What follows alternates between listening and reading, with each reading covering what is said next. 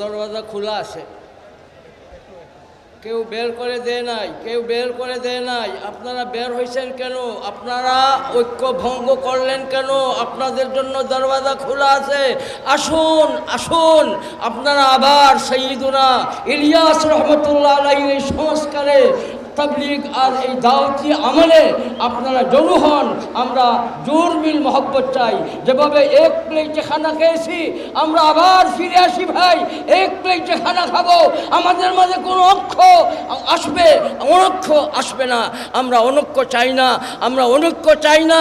আমরা ঐক্যবদ্ধভাবে দিনের খেদমত করব, দিন প্রতিষ্ঠা করব, আর দিনের মধ্যে কোনোভাবেই অনৈক্য সৃষ্টি করব না। এর জন্য আমার দাবি এবং সরকারের কাছে আমাদের দাবি, বর্তমান অন্তর্বর্তী সরকারের কাছে আমাদের দাবি, এই লক্ষ কোটি লক্ষ লক্ষ চক্ষুর দিকে আপনি অনুধাবন করেন, লক্ষ লক্ষ মানুষের জবানের দিকে অনুধাবন করেন, মানুষের বুকের চাহিদার দিকে অনুধাবন করেন। সবাই এক দাবি, আমরা ঐক্য চাই, আমরা কোনো রকমের অনৈক্য চাই না। এর জন্য ঐক্যবদ্ধভাবে তাবলীগের ইজতেমা যেভাবে প্রথম থেকে চলছে, সেইভাবে এই মাঠে, টঙ্গীর মাঠে ঐক্যবদ্ধভাবে আমাদের ইজতেমা চলবে ইনশাআল্লাহ।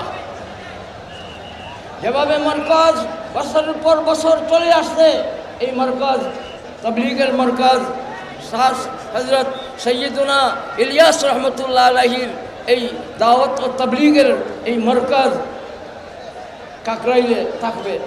সরকারের কাছে আমাদের আবেদন, এই মানুষগুলার জবানের দিকে আপনি লক্ষ্য করুন।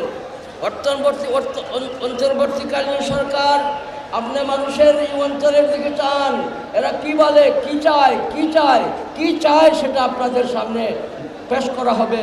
আমি দোয়া চাই আঞ্জুমানে হেফাজতে ইসলামের কার্যক্রম, তালিমি কার্যক্রমে যাতে ঘরে ঘরে আমরা পৌঁছাইতে পারি, দোয়া চাই।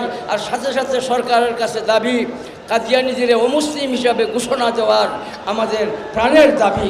কার কার দাবি আছে ভাই হাত উঠাই, আল্লাহু আকবার।